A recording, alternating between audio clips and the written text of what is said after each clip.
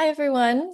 Welcome wherever in the world you are tuning in. I'm super excited to introduce you to our guest today, Brian Sanford. Um, Hi, Brian. So I'm How you Eliza. doing? I'm a product manager at Adobe for our Pro Video apps. And Brian, why don't you go ahead and introduce yourself? My name is Brian Sanford. I'm the director of post-production and an editor at Versus, a production studio in New York with a global reach. Um, I've been an editor for almost 20 years and have recently also become more of a leader in the studio as the post-production director here at Versus. Um, That's a cool headshot, Brian. oh, thank you. A little something. I love the mug. I Thank you, need a thank you. Versus mug. Yeah, so that's awesome. And Brian, why don't you tell us a little bit about your journey and how you became, how you got into editing and now as a director? Yeah, kind of in a nutshell, what has your journey been like? So my journey started with a real deep interest in audio. I was like a, more or less a hobbyist musician. And so when I got out of college, I thought I would pursue audio, sound design, music composition as a career. And I found myself at a post-production company that was primarily editorial. And from there, I actually learned that so much of audio happens in edit that it drew me towards edit. And I ended up going down the traditional post-production path of editor, assistant editor to editor, moving from a studio in New York called Cutting Room to a studio called Kyle, then freelance, and now to the studio I work at now, Versus. Yeah, I think that's awesome that you've experienced, like I mean, you're well versed in both video and audio. I remember back when I used to be an editor, audio was my weakest point. And you're kind of, well versed in all the various aspects of the workflow. So yeah, great to have you here with us, Brian. And why don't you tell us a little bit about the project that you're going to be showing us today? And I see Penny in the comments and Wade, hi, Wasim, thanks for joining. Excited to see what Brian has for us today. Brian, take it away. Yeah, so today I thought what would be cool is to walk you guys through a project that we recently did for LucidLink. It's called Unbound. And here's a little splash page from it. And I'll play you the whole video shortly. And it's at its core, it's this, I think, groundbreaking customer profile series. It delves into how creatives and studios who embrace cloud storage for post-production can really transform the way that their studios work. But within that, also taking an honest look about how studios operate and kind of like the crazy world of production, post-production, and how everyone's just kind of growing and building and making what they hope is the best work they can possibly make. Um, so on top of that, just sort of like what is LucidLink? What is cloud-based storage? It's probably worth explaining that a little bit.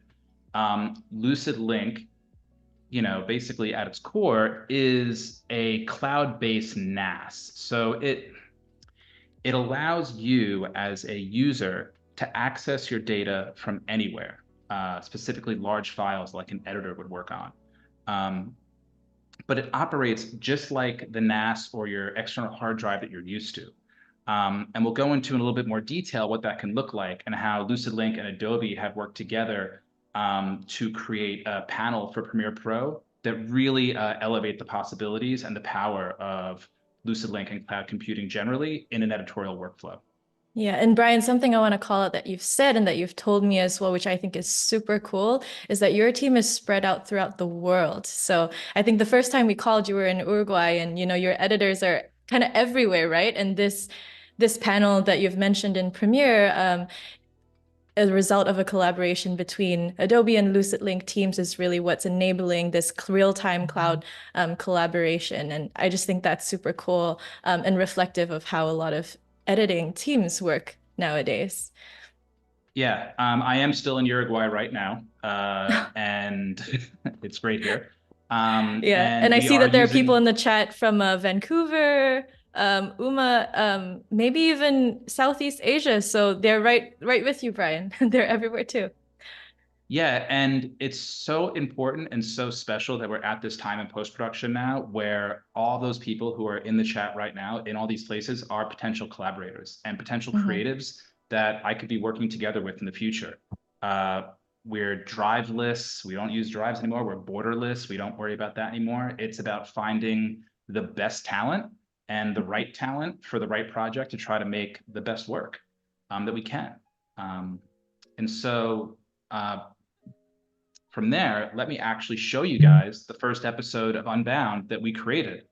And then we'll talk about what went into it and how we made it happen and how we used the cloud to put together this awesome piece. So you'll see my sequence there, but I will play this full screen for everyone. Let's roll the video. And here's playback. When we started Versus 10 years ago, we had this idealistic mission to redefine what a creative production studio could be.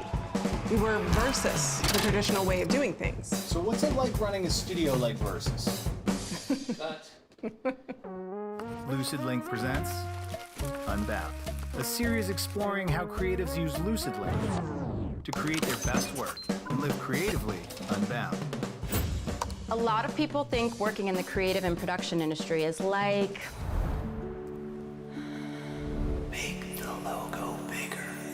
When in reality, it's more like... highly competitive, high stakes, real deadline, insane pressure. and lots of meetings. All right, good morning, team. For the LucidLink Unbound project, we need to get all of the elements into the cut for the final creative review. Okay, so I'm gonna have the animation team export the final authors from After Effects, and the 3D team is rendering the title card. Edit team, can you bring everything into Premiere and cut it into the sequence? You can use the LucidLink panel to pin just the sequence media if your internet is being slow today. Done. Emailing a link to the export for creative review now. Justin and the creative team, do you have any notes on the cut? So let's look at this. Yeah, it is dragging. So what's it like running production at Versus? Well, right now we're working on 30 plus active projects, including 4 fully 3D animated commercials, 8 different edits, 3 live action shoots with a 4th on the way, 6 motion graphics projects, 3 design projects, VFX work for a few spots that we're doing all around the world, 2 experiential projects, 2 active pitches, 1 video game, and the LucidLink Unbound project. All being worked on across 4 different offices with teams and artists across 6 countries and multiple time zones, all working together on LucidLink. Okay, wait. Can we add that take where Catherine says, Literally could be anywhere in the world and still be working together? And let's have the Brazil team add some type into the footage. Literally could be anywhere in the world. Perfect. How do you talk about a product that when it's doing its job, you never need to talk about the product? It just works. LucidLink checks all the boxes, from security and reliability to performance and just ease of use. Versus has always been a studio that brings together the best talent to create work that's always unafraid, it's always original.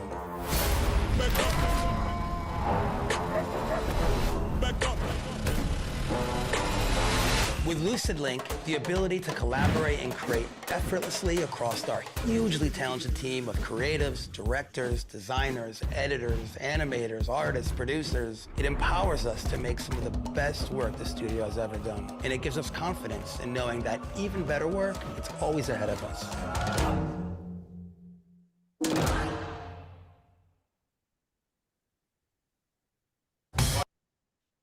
Super fun. Nice. That was such an engaging video. Amazing job. And I think in the video itself, it mentioned that, you know, with all the graphics, you know, you had a team in Brazil, you had a team in New York, and all over just contributing to that. And yeah, that's awesome. And I think it also speaks to the strength of, you know, and with LucidLink, like the Adobe video ecosystem, that Premiere Pro is powerful in and of itself, but so much even more powerful with additional tools like Lucid. And why don't you tell us a little bit more about that, Brian? Yeah, so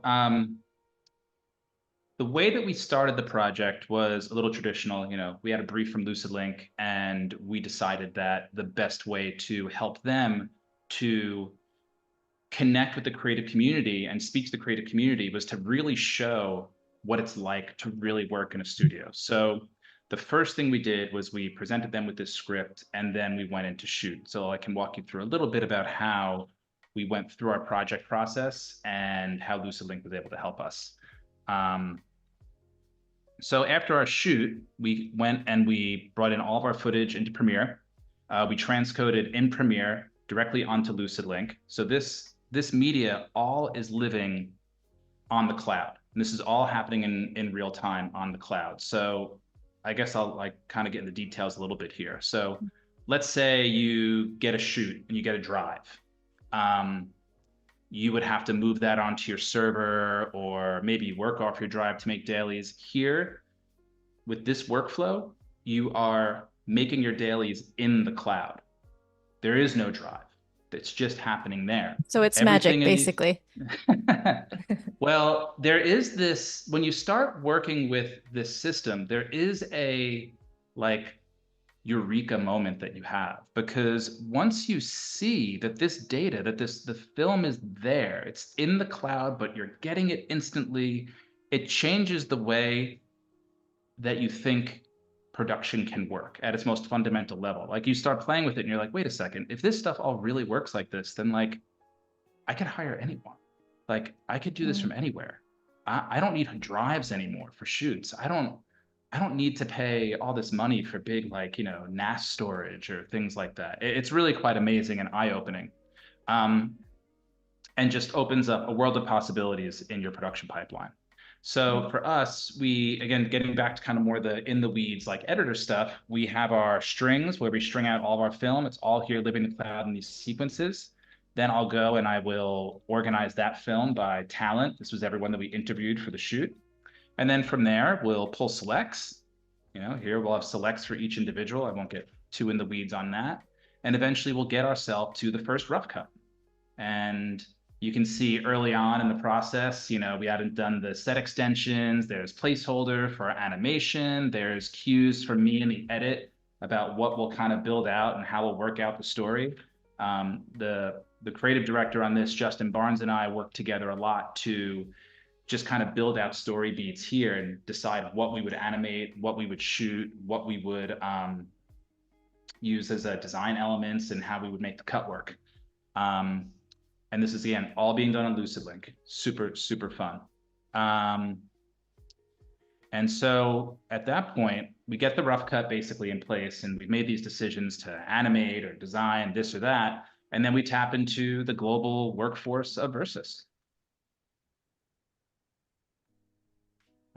So what we would do then is reach out to, you know, all the different studios and different individuals that we love to work with and decide who's the right person for the project. Oh, we should have, you know, Luis work on this, Justin work on this, Paul will work on that. And you're able to build this bespoke team of the best talent in the world to instantly start working with you together. And so what would happen is, you can see in the cut,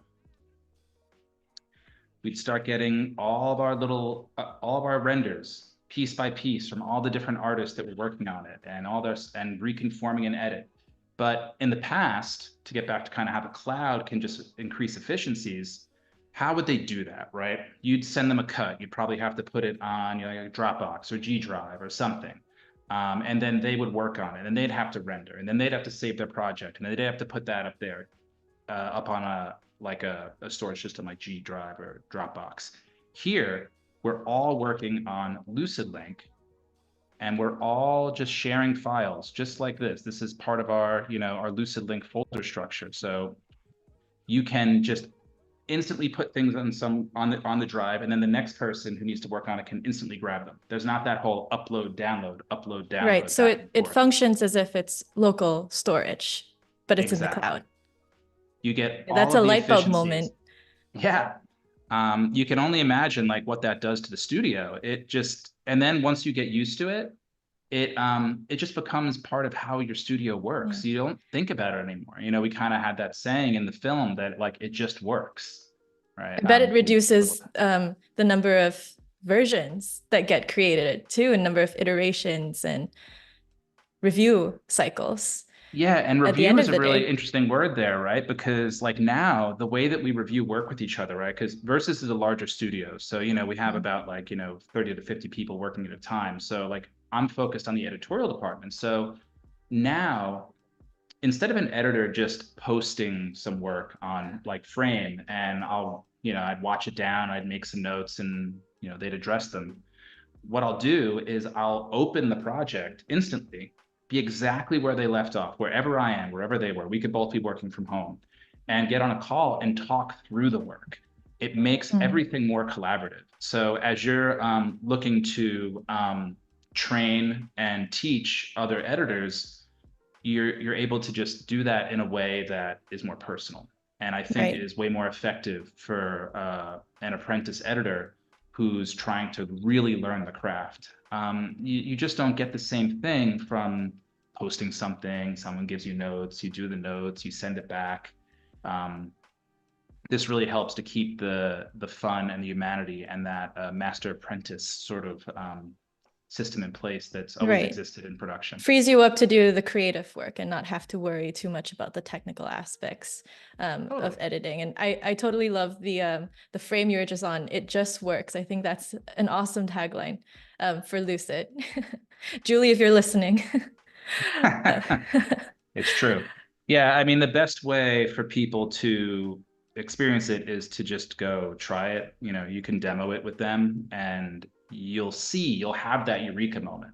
Because the biggest question I always get about this when I'm talking with my peers in the industry about what our pipeline is at Versus, and I bring up LucidLink, I bring up the cloud, they just don't think it's possible, right? It's like, well, how fast does your internet have to be? Or how does, there's a lot of questions that you get. And I always just tell them, just try it. Just go do the trial. We're so married. Yeah, we're so married to old ways of working. It can be hard to try new things out, right? But I think hearing from your words and your story and how this is enabling your workflows and speeding them up, that's what's compelling. And we have Ember in the chat saying, yes, live collaboration, live online collaboration, thank you. And Wasim from Pakistan, Wade saying, this is very approachable. Ember saying, clients always tell me it's easy and just like this simple. And she's from Vancouver. So yeah, this is really resonating. And Brian, I want to ask, a lot more went into this piece too than just edit. So how did you collaborate, once you had the edit together, and how did LucidLink and Premiere Pro help you and the team with that? Yeah, I mean, broadly speaking, it became, our North Star for our data throughout the whole project. That's kind of the tech nerd answer. Everyone who touched this project touched it on LucidLink. The data lived nowhere else. What software they use, whether it was editors in Premiere, animators in After Effects, or designers in Illustrator, or 3D artists in Cinema 4D, everyone worked on LucidLink and transferred files that way, prepped that way. Even our sound studio that we worked with who did the final mix, we just gave them our LucidLink path and they were able to access it and work there. So that data always stayed there, became this North Star. But in a more specific example that's kind of fun is when you pass an edit along, right? At one point, we brought on another editor named Morgan Mitchell, who's absolutely genius level editor. He took over the project to put kind of his craft into it as well. He's got a great style. And so what you can do is this project was about let's just say it was 2 terabytes, the whole project. That would be a lot of media to try to localize or, cache, in cloud terminology. But Adobe and LucidLink created this panel, which has really allowed for even better collaboration than we had before. Because now what you can do is, let's say I just wanted to pass this sequence to an editor. They would open this project and they would use the panel to just what they call pin, which means you can localize the media. It's not like dragging and dropping it. You're not just you're not taking the media and putting it on your desktop and having to re-upload it. And Brian, I just want to pause you. Sorry, just one more time too, because I think this is another magic moment. We have a LucidLink panel in Premiere, but it looks like it's part of Premiere. How? Yeah. I'm not the brilliant computer scientist behind it, but I can tell you that it's elevated. And just generally, I think panels and extensions in Premiere, this is just me talking, are underutilized. They're a super powerful tool, and I would always recommend to editors, look into other panels and extensions that Premiere Pro has. We use a lot of different ones here that you know we could get into in like a different conversation. I'm just showing you LucidLinks right now, but Premiere Pro has a lot of panels and extensions that are very powerful. Everyone should just like dig into them, try them. They're great for stock footage, music searches, all different things. Yeah, But the one for, 100%. yeah. And just a little note onto that as well, like so my team at Adobe actually helps, you know, with integrating a lot of those panels and extensions, and we partner with other teams at Adobe to do so. And to your point, Brian, not many people realize that when it comes to video, we actually have over 400 partners, and probably even more and growing, that are building panels and extensions and plugins that extend the capabilities of what you can accomplish in your workflows. And that way you can really personalize, you know, your workflows and how you edit. And thanks for showing us a really cool one today with Lucid. And yeah, I'll let you get back to this project. Oh yeah, no. So this panel, yeah, it's great. So it doesn't just tell you just sort of what you'd already know by using the cloud, that like I have some data there. It lets you also selectively localize, or as they call it, pinning the data to your cache. You know, at its core, the way that Lucid works is it will use a data cache to basically intelligently predict and move the media from the cloud to your cache drives. That way you can quickly access it. And you can tell it using the panel that I want this to be cached or pinned. So why is that important? Why does that help us when we're trying to pass projects along between editors? Well, now this editor, Morgan, who took this project over, he can just pin just this media. So instead of trying to localize the whole project, which is 2 terabytes, it's just 19 gigs to start working. And it'll be working super fast, and it'll be just like you have it on an SSD on your desktop. It's fantastic. So that's one way that that panel has also helped to elevate the power of the cloud, and it's integrated seamlessly with Premiere. Yeah, I mean, what you're saying makes sense, but it doesn't at the same time, right? Like as you're scrubbing through that timeline, like how is that all being shown live from the cloud? That's something I still can't comprehend. But yeah, this is awesome. And how many people do you recall like worked on this particular project? I mean, it's less than 3 minutes long, but obviously a lot of work went into it. Yeah, Justin Barnes, the creative director and founder of Versus, was the creative lead on the job. And from there, I'd say we had a team of, you know, four in editors and assistants, and then probably 4, 5, 6 in design animation, and then our partners in mix at a Plush studio in New York who mixed this with us. We did color in Premiere and in After Effects with Lumetri and some other effects and plugins that the After Effects artist used to develop the look and do the set extensions. As you saw in that first rough cut, you know, there was these were just really small sets that we extended out to give it more of an elevated look. Yeah. So yeah, a lot of different teams. Yeah. And do you know how many countries / continents? For this continents probably 3, countries probably 4, Wow. and cities in America probably like 4 as well. 3 continents, but, 4 you know, countries, 4 cities, 4 different cities. That's amazing. And like one timeline. And one timeline. Yeah, that's a good tagline for these guys. It's fun because once you really get into this driveless cloud-based workflow, you sort of like, you don't get wowed by that anymore. You're just like, yeah, I mean, it's all there. We can use however we want. We can do it. We can work this project however we want because it's all up in the cloud and it all works. Yeah. And what about you your know, delivery pipeline working in the cloud? Did you have issues with, you know, high-res media? Any issues with color and mix down the line? Yeah, that's a good question. I think that that's something that people ask me a lot about the cloud, is they assume that You know, maybe the cloud will work when you're in proxies. Maybe the cloud will work for design or Photoshop, but it can't work for video. It can't work for big high-res files, but it's actually the best place for it.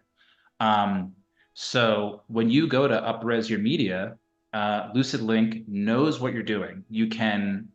It just will start to cache that high-res media and allow for quick playback. So, you know, the second you open it up, maybe you wait a moment, right? You know, some people say like, oh, well, it has to like lag a little bit. It's like, well, you know, maybe for a moment as it caches your media, but then before you know it, boom, you're in it. You're working with high-res media. And as long as your system can handle it, it will play back.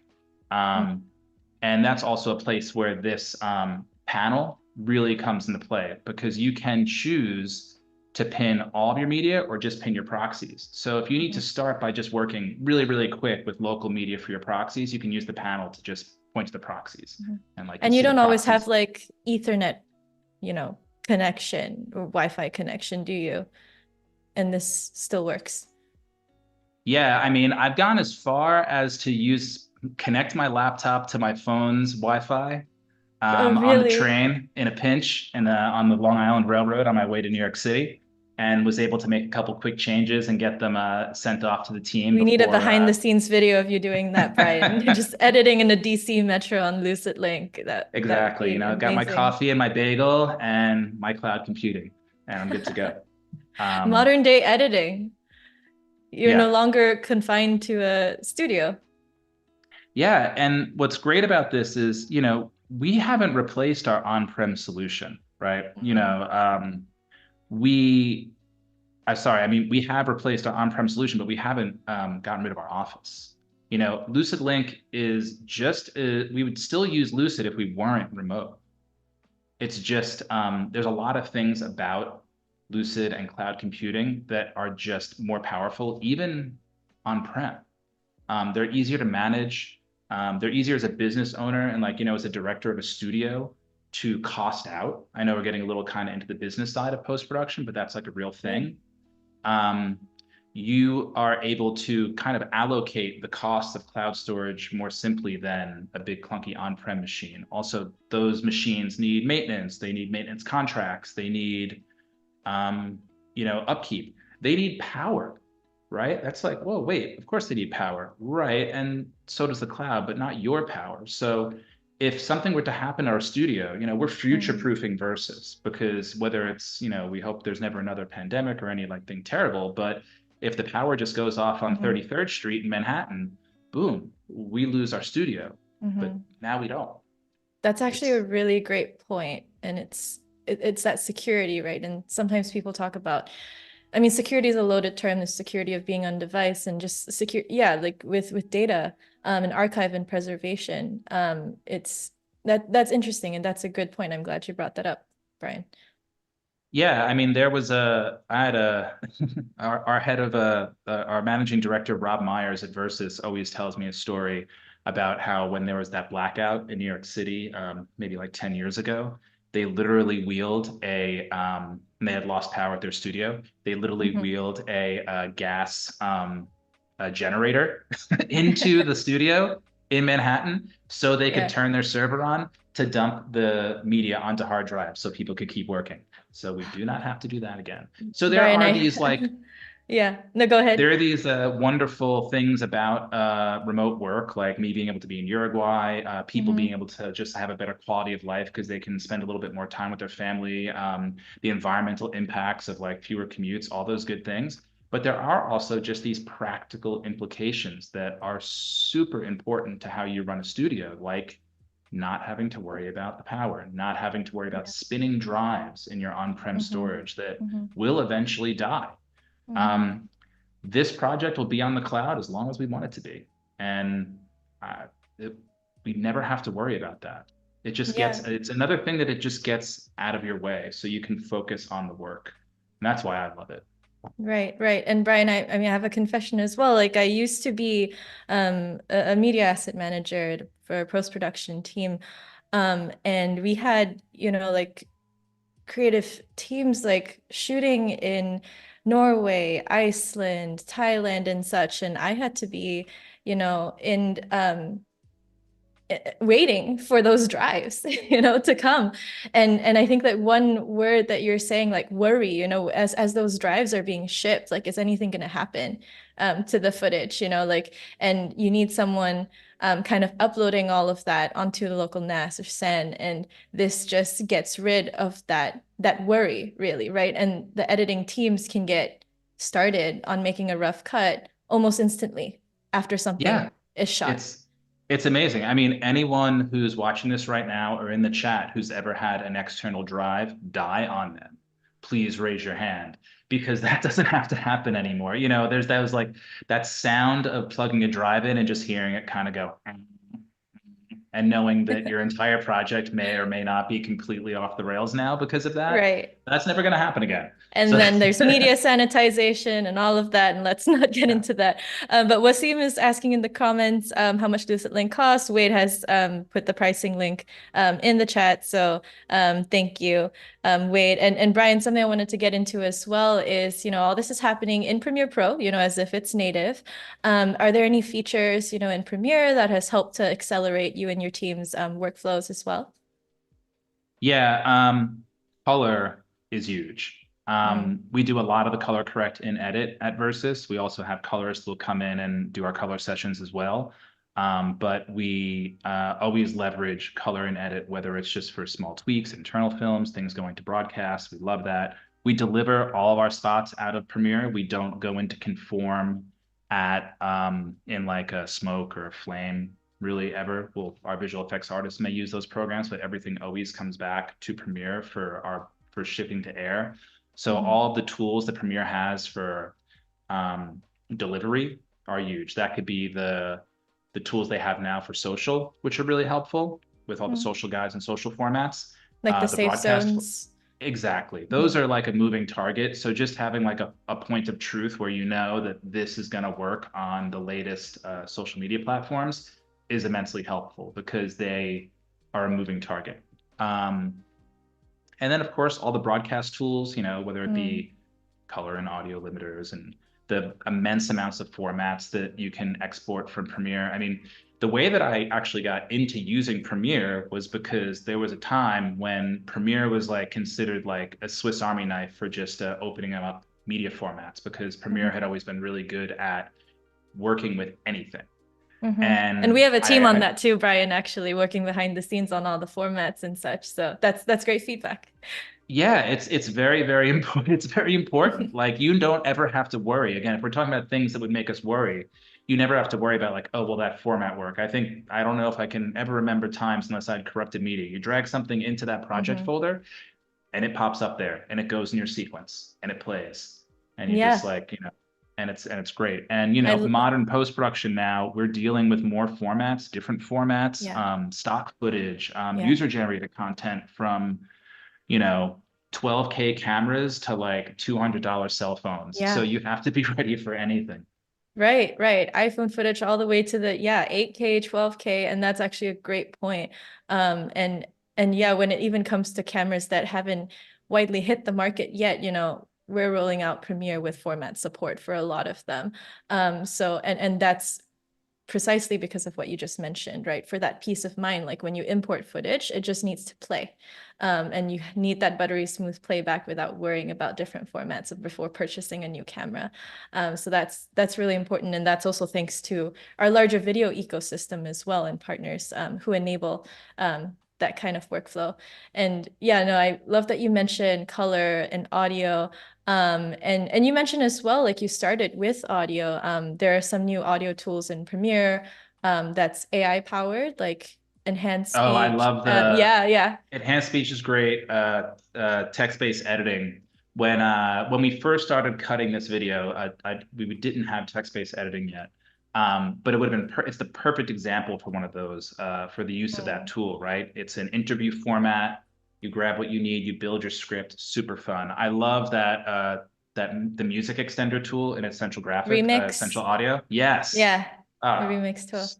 It's great. It's obviously like an editor is going to go in and dial into their music edits, at some point, but to just get something into a cut and quickly see how that audio feels. Yeah. You know, does this track work on the cut? And the What about this track? waveforms and all of it. Yeah, like I just remember zooming into one track on the timeline, like keyframing everything. And now you can just like with the, just with the remix tool and such. Yeah, that's awesome. And I'm not sure if everyone knows here what text-based editing is. Do you want to give us a little rundown of how that works? Yeah, I'll talk a little bit about it because for this project, it would be a little tricky for me to show you as well. But essentially, as a lot of you who are Premiere users know, especially in the latest version, Premiere Pro is fantastic at transcriptions in the text tool. And now what text-based editing lets you do is it lets you kind of take what was once just this like kind of convenience, like, oh, I can do a quick transcription, and actually like start moving those choices quickly into the timeline. And I highly recommend that everyone look in and start like experimenting with that. You'll all find your own way that you like working with it. Especially if you're in the interview or documentary space, I like cannot recommend it enough. But even in like versus, you know, we're in like kind of like the high-end commercial production space as well. It's really useful there too, even for scripted content, because you're going to be able to see your takes and quickly pull things out. So if I have a director I'm on the phone with and they're like, well, I want to see all the takes that you have for when this comedian delivers the line, close the door, right? You know, I can now quickly open up that text tool, sort by that, grab all those pieces of dialogue, and do a quick audition playback. So it gives you tools that just kind of make your day a little bit easier as an editor, which is something that you want out of any new tool that you're implementing into your editorial workflow. You want to make sure that your day got easier when you put it in there. And I would certainly say text-based editing has helped with that. Cloud-based storage has helped with that. The remix tool, which I like. All magic, right? The magic of AI and text-based editing, probably for assistant editors too. It's going to be very helpful to make a rough cut just in lightning speed. And so you have another sequence pulled up here, Brian. I have, this was just something that I was going to play on as during our Q&A. This is just some work that Versus has been doing lately, but I can also show you, this is a small social bit that we did for this. And you can see a little bit more in here, how you could just like cut down and quickly send out to social different formats. I don't know if we'll go too into that here. But I did want to leave a little time for any other questions that anyone might have about what we've been working on. I don't know if we've been seeing much in the chat. Yeah, I'm monitoring the chat for questions. There were some about LucidLink, which we already dealt with. So yeah, let's delve into this next bit and I'll let you know if anything comes up. Okay, great. So here, I'm going to play back. This is just a very short social cut that we did for them. How do you talk about a product that when it's doing its job, you never need to talk about the product? It just works. LucidLink checks all the boxes, from security and reliability to performance and just ease of use. And so that's just a fun tidbit that they used for driving some more awareness to try LucidLink for free, which you can.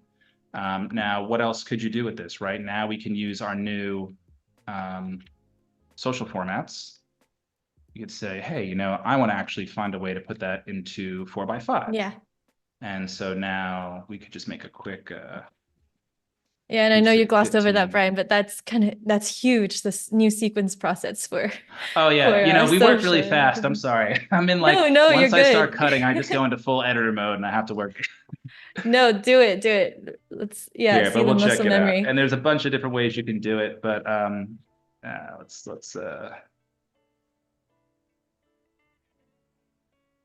now we know that we have all the right bits there. And what I would probably do here is nest this down now that I have my format right. Make sure that that's working there the best way that it can. We have Joseph in the chat saying, this is global in reach and local in experience. We have a lot of taglines going on today. That's super fun.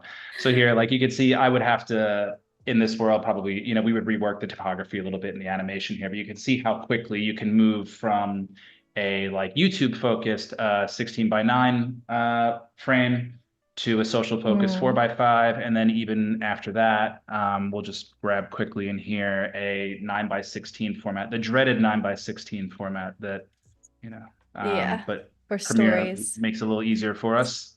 Yeah. And we have a question in the chat. So from Roland, does LucidLink work in Premiere Pro with a dynamic link to After Effects? It does. It's basically just zeros and ones, right? So if your software works, it will work. And that means that it's going to work outside of the Adobe ecosystem too. Like I said, we have a lot of artists who use Cinema 4D, Maya, to build out 3D, and it's all fine on there. So a dynamic link will work there. It's funny, when I first started using it, the thing you try to do with all new technology, especially if you're thinking about deploying it as a like post-production director, is you have to try to break it. You know? So it's like, will this work? Will that work? Can we use high-res video? Can we do all those things that we were talking about? And you can. If it works on your machine now, it will work in the cloud. Absolutely. Yeah, that's awesome. And yeah, I like that you're showing us different sequences too with different aspect ratios. And how often are your teams kind of you know, having different platform, like are you having to deliver content for social, for like how many, you know, when it comes to deliveries and number of platforms that you have to prepare for? You know, I think what happens most is you're going to have something that's either only kind of 16:9, that might be like our more traditional broadcast work, and that's, you know, maybe a 10, 15, 20% of our work. And then you're going to have things that are kind of integrated, social focused, etc. We do a lot of work with Meta. We do a lot of work with companies that are more social focused. So having a deep understanding about all of those trends is important, but also being able to quickly plan your post-production pipeline to deliver on all those aspect ratios is really important, you know, especially when we're tapped in to handle production and design and editorial, right? A lot of the work that Versus does is, you know, soup to nuts, as they call it. So as we're shooting, we need to be cognizant of our safeties, just like when we're editing. So if we know that this is a predominantly vertical execution, we'll need to have our safety guides up in production. We'll need to have those guides up for post-production and for editorial. And what I always say is cut in the format you're delivering in. So Unbound was primarily 16:9 format, but had it been 9:16, I would tell editors cut in 9:16. Don't cut in the format that the camera was shot in and then try to figure out your social formats later. Just edit in the native format. You're gonna make better choices for the cinematography, because although sometimes vertical video can, you know, feel a little claustrophobic, that's the format. So embrace it and work within it. Don't fight it, and cut in that, because if not, you might trick yourself into thinking you've got the best shot, but you don't. Right. So. Yeah, and there are, I don't know if your teams have tried this out, and I love your workflow. There are some AI tools in Premiere too that may help accelerate that, like auto reframe, that kind of detects, you know, will automatically adjust footage to the aspect ratio that you have selected. It could be a good starting point too. That was kind of an older feature that not many people seemingly know about. But yeah, to your point, that's definitely the way to do it. And we have a question in the chat as well. So with dynamic link in use, you can get an editor, Premiere Pro, and a MoGraph artist After Effects working simultaneously. Yeah, I wouldn't see why you couldn't. I mean, you can also use, like, I don't know. So yeah, a short answer to that, yeah, that would work. But you could even use like productions, right? You know, like a Premiere Pro productions. You can all be working on that on the cloud. Like, one thing I should also kind of say, since we have a lot of editors on here, is don't think that just because that that I'm talking about the cloud, that I'm just talking about the film. I'm talking about everything. I'm talking about your project. Your project is on the cloud. All your assets are on the cloud. It's not just like the film. So, and I Yeah, it's think a new that's way of working, really. yeah, it's a new way of working. I think that's just kind of important to get over that that kind of mental hurdle as well. You know, I have to keep my project local. You don't do that. Just keep it on the cloud. Live there. It's safe. And about just editing in general, we have a question from Arsenal. How do I select a music background or music relevant to my videos? I always struggle to find out what I should use for certain types of videos. Do you have suggestions? I think that's a really relevant question. Do you have tips, Brian? Yeah, so every choice that you make in your cut should be trying to serve the story, right? That's a little bit of a canned editorial answer, but just think a little bit to yourself about what you're trying to do in the scene and start there. Is this a dramatic scene? Is this a funny scene? Is this a scene that's supposed to be a little mysterious? Use music that amplifies the overall feeling that you're trying to convey to the audience with those shots or those scenes, regardless if it's a feature film or if it's short form social contact. Just have a point of view and make sure that it's serving the story, and you'll make the right choice. As far as just having access to like a good deep library of music to choose from, if you're thinking about like stock music, licensed content, there's many great resources out there that you can tap into. To name a few, you've got the big players like APM Music, you've got boutique firms like Ash and Spencer, you've got great places like MusicBed, Artlist, so Shutterstock. So just to dive in, find your favorites, and you'll find yourself going back to some of your favorite pieces as you continue your editorial career. Yeah, and for some of those names that you mentioned, Brian, a lot of those have plugins for Premiere too. And just like Lucid, you know, you won't have to be exiting, you know, Premiere in order to access, you know, more music libraries, more stock footage. So yeah, definitely look into that. And Brian, I know that we don't have too much time left, but I really wanted to hear from you. You know, you broke into the advertising industry, and do you have any tips for people who might want to do the same? Yeah, I love being in the advertising side of creativity. I really love production in the ad world. And I think it's a misnomer that it's difficult to break into or you really need to know someone. I think that what you should do is you should look at the people who are working in this industry if you want to break into it, and find out who's doing the type of work that you admire, and then reach out to them. It's all studios are looking for young creative talent that have ambition and want to share the same creative vision and learn. And if that's the case, I think you'll go really far. So have heroes. You know, I tell people a lot is like find someone who's doing work that you admire and make them your hero and steal from their ideas and maybe even work for them. You know, other than that, you know, practice, make things on your own. Don't wait for, you know,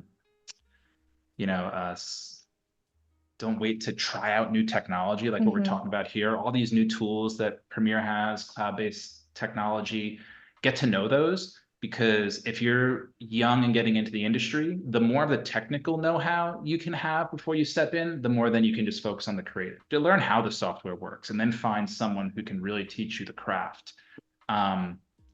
That's worth your time if you're looking to break into the industry, I think. Yeah. And who are some of your heroes, Brian? That's a good question. I've always liked some of the there's an editor named Hank Corwin, who's a legendary advertising editor. He founded a company called Lost Planet, and now cuts a lot of features. He works with Adam McKay. He cut like Big Short, lots of other good movies. Cuts a lot with the Spike Lee. worth looking at his work. Definitely a pioneer in the space. I apprenticed for an editor named Mike Douglas when I was younger, amazing comedy editor, taught me a lot about comedic timing and comedy editing in general. So those are the two names I'll throw out for you now, without tipping my hat to too many of my competitors. No, that's awesome. And if anyone has any last questions, please feel free to put those in the chat. And yeah, how many why don't you tell us a little bit more about Versus and where you guys are headed? What kind of projects are you working on? Well, here I'll queue up our little show reel that I had here. You can get a kind of feel for the type of work that Versus does. You know, when you're in production, you sort of never know what the year can bring. You know, if you had asked me at the beginning of last year, what will we be working on in 2023, I would have never been able to guess. So I think what's important with sort of trying to extrapolate an answer for you is just to kind of say that, like, what's so cool about Versus is that every year it surprises me what we get to do. It surprises me, like, the level of amazing talent that I get introduced to and get to collaborate with, the clients who find us and look to work with us, like that LucidLink video.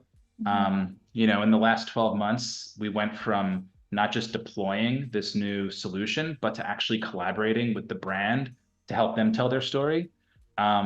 So to me, I just am super, super excited about what 2024 will bring for the studio and the industry, like, at large, because I do see a lot of great work out there, and I'm excited to see what we do and what our competitors do, and anything else that anyone who'd be watching or young editors bring to the table to bring in their talents and try to put us all out of business.